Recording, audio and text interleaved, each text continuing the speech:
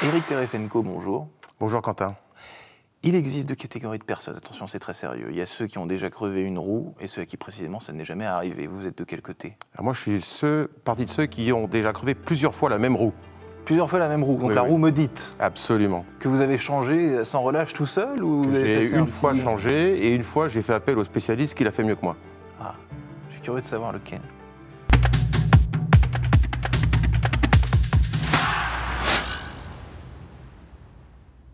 Bonjour à tous et bienvenue au Talk Décideur du Figaro avec Éric Terefenko qui possède une roue un peu capricieuse, disons, toujours la même. Vous êtes président de Speedy France depuis 4 ans. Pourquoi vous étiez l'homme de la situation il y a 4 ans pour prendre la présidence de Speedy France? Qu'est-ce que dans votre CV, dans vos skills, ça fait pencher la balance? Je pense qu'il y a un point particulier, c'est que Speedy était un moment de transition. Transition puisque Speedy avait été racheté par Bridgestone 2 ans avant. Le précédent président passait la main et ça me permettait d'arriver, de reprendre une société avec une grande histoire, un grand passé et de pouvoir l'intégrer avec force dans un groupe. Et mon expérience, c'était à la fois d'être capable de gérer des petites entités et des entités de grands groupes. Donc je pense que c'était important. Et puis j'ai une passion commune avec Speedy, qui est la passion du client. Et je pense que cette passion-là, on a pu... en faire un atout pour faire un bout de chemin ensemble. La passion du client est quand même, vous venez de le dire, arriver à un moment de transition où il y a un vrai changement, ça aide dans une certaine mesure à s'installer. Ça aide, oui et non, parce que ça aide. J'ai eu la chance d'arriver dans une période de transition, mais dans une société qui marche bien, avec une fantastique image, avec une fantastique équipe. Donc parfois c'est plus facile d'arriver en crise, mais moi j'ai eu la chance d'arriver à la fois dans un moment de transition, mais de transition positive. Ouais, donc attention, effectivement, si tout va bien, il ne faut évidemment pas que ça aille plus mal, c'est sûr, c'est une autre pression. À assumer les missions qu'on vous a confiées justement au début, vos objectifs sur le moyen, court terme, c'était quoi? Hormis évidemment de ne pas faire flancher cette notoriété que vous venez de décrire. L'objectif, c'est de réussir à intégrer une entité riche dans un groupe tout en conservant son ADN, d'être capable de la projeter dans l'avenir et de faire des résultats positifs à très court terme. On a un slogan maintenant chez nous qui est la tête dans les nuages, les pieds sur le carrelage. Donc on alterne en permanence entre les nuages et le carrelage. C'est une bonne illustration. Speedy, concrètement, c'est simple. Donc, création de Speedy en France, 1978. Il s'agit d'entretenir au mieux les pneus des véhicules. Finalement, le cœur du business, c'est ce qu'il a beaucoup changé depuis la création de Speedy France. Alors, Speedy, effectivement, est arrivé en 1978 avec un produit unique, le pot d'échappement. C'était les pros du pot.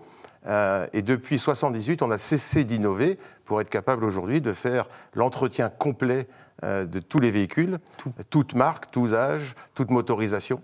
Et donc en ayant progressivement conquis les compétences pour pouvoir le faire. Et avec par contre un trait commun qui est être passionné d'apporter des solutions aux clients. Et Speedy donc est en mesure de réparer, d'entretenir n'importe quel modèle, n'importe quelle marque. Tout le monde vous a fait confiance à un certain moment. Absolument. On a des véhicules qui sont de tous les âges, toutes les marques, toutes les motorisations, et avec un nombre d'activités très très large qu'on enrichit tous les jours, et on en aura encore d'autres demain. L'innovation, justement, ça se passe comment dans ce cœur de métier?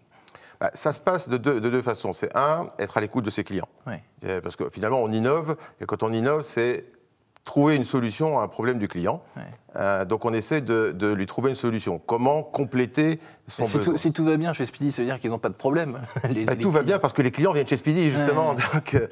Donc, mais c'est effectivement, c'est trouver des solutions, écouter son marché, écouter la réglementation, les attentes, et être capable de dire mais qu'est-ce qu'on peut faire demain pour continuer à assurer un service de qualité et apporter de l'ensemble des clients. Ce qui est aussi un point important chez Speedy, c'est une marque très populaire et qui se veut proche des clients. Et donc cette proximité, on veut la garder. Et aujourd'hui, par exemple, on essaie de trouver des nouvelles solutions pour être encore plus près d'eux. La réactivité face aux réglementations, vous disiez, ça fait partie d'une chose essentielle dans votre métier, puisque les réglementations, ça évolue et il y en a beaucoup, de plus en plus peut-être. Oui, enfin on est habitué, donc on est très, très entraîné. On est très entraîné, je dirais, c'est un petit peu notre marque de fabrique, c'est d'être capable de s'adapter en permanence, s'adapter aux nouvelles réglementations, à la technologie, aux différents modes de consommation aussi. Et donc c'est vraiment cette agilité-là, on l'a dans nos gènes. C'est la singularité, vous diriez, de Speedy par rapport à la concurrence, parce qu'il y a aussi une concurrence évidemment dans ce business. Alors, la singularité, oui, c'est un des éléments d'aller vite quand on a une idée, d'être capable de la déployer très rapidement.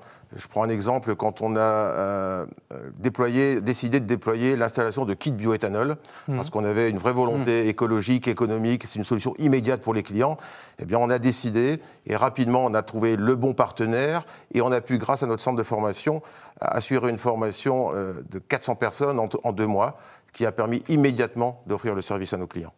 C'est un peu ça l'agilité, de dire une idée, une solution, un déploiement professionnel. Est-ce que l'écologie, c'est vous qui avez évoqué ce terme, la transition énergétique, etc., on le sait, c'est des lames de fond sociétales qui sont absolument partout, pas seulement dans votre secteur. À vous, est-ce que ce sont des choses que vos clients vous disent? Est-ce que vous sentez qu'il y a cette curiosité, ce souci du client par rapport à tous ces sujets? De plus en plus. De plus en plus, c'est vrai. Je vois même, je dirais, en 4 ans, j'ai vu une évolution au sein même de l'entreprise. En interne, vous voulez dire? En interne et en externe, justement, je dirais, à l'écoute de nos clients.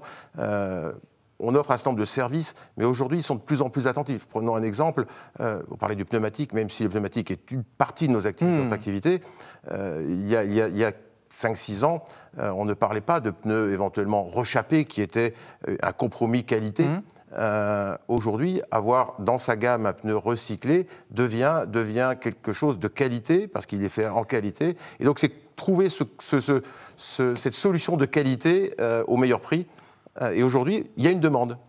Et la question je pas sans mauvais jeu de mots, de circuit court, c'est quelque chose qui vous parle aussi, ou pas, de local? Je ne sais pas comment. Le côté local, oui, en matière d'approvisionnement, bon, on s'approvisionne uniquement chez des marques connues, sûres, parce qu'on veut garantir la qualité. Par contre, le local, c'est essentiel pour nous, parce que c'est la proximité. Et nous, notre force, c'est la proximité, être au plus près des clients. C'est notre force d'hier, et c'est aussi le lien de notre stratégie de demain. J'ai lu qu'en moyenne, un Français a un centre Speedy à 1/4 d'heure de chez soi. 1/4 d'heure, c'est très peu, surtout quand on habite à la campagne, c'est vrai ça? Aujourd'hui, 90% des Français sont à moins d'1/4 d'heure d'un centre Speedy. Donc, où que vous alliez, vous avez une solution Speedy à proximité. Et ça se traduit en combien de centres Speedy en France, du coup? Aujourd'hui, c'est environ 500 centres Speedy en France, avec une ambition de le porter à 700 pour continuer à être toujours plus près de nos clients. Donc ça, c'est vraiment une de nos singularités, c'est d'aller à la proximité du client. Et même le digital nous amène encore plus près du client, parce qu'on lui propose d'aller chercher son véhicule, on lui propose de le déposer dans un parking aujourd'hui pour qu'on puisse aller le chercher. Donc on trouve 1000 façons aujourd'hui d'être encore plus proche. De se rapprocher. Le digital, on est sur le canapé du client à 23 heures. On est sur le canapé, c'est ça, bien sûr, absolument. Votre business model, là, vous venez de me dire, donc 600 environ 500, vous voulez passer à 700. Je crois qu'à peu près la moitié de vos centres sont gérés par des franchisés. Est-ce que le modèle de la franchise, ça correspond bien, finalement, à Speedy, quoi? Nous, on tient à cet équilibre. On a des centres intégrés, succursales, qui sont le socle de notre réseau, qui nous permettent de garantir un savoir-faire fort et de l'entretenir, de continuer à innover. Et notre croissance se fait au travers de la franchise. Et en fait, on arrive à passer ce savoir-faire à un nombre de professionnels qui sont très près localement.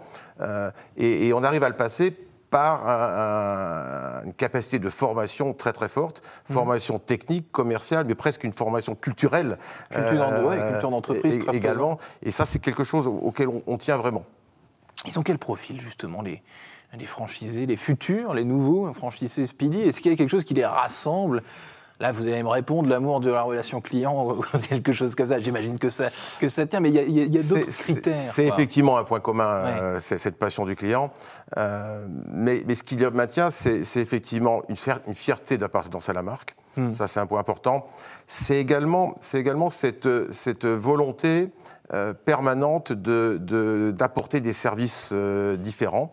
Et ça, on essaie de l'entretenir avec des profils très très différents de franchisés. Pour revenir à votre question, on a des franchisés et on souhaite cette diversité. Parce que si ça nécessite de la formation, etc., ça veut dire que les franchisés ne sont pas forcément des professionnels et des passionnés de moteurs, de pots d'échappement, enfin que sais-je, tout l'équipement que vous...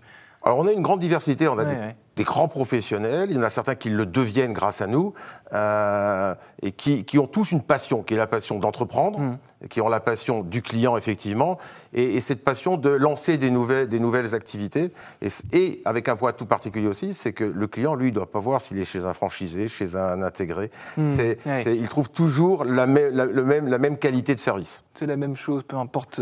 Et ce qui nous permet de le garantir aussi, c'est notre centre de formation, où on a vraiment la capacité de monter les compétences, de créer les compétences pour sans cesse être capable d'apporter de nouveaux services.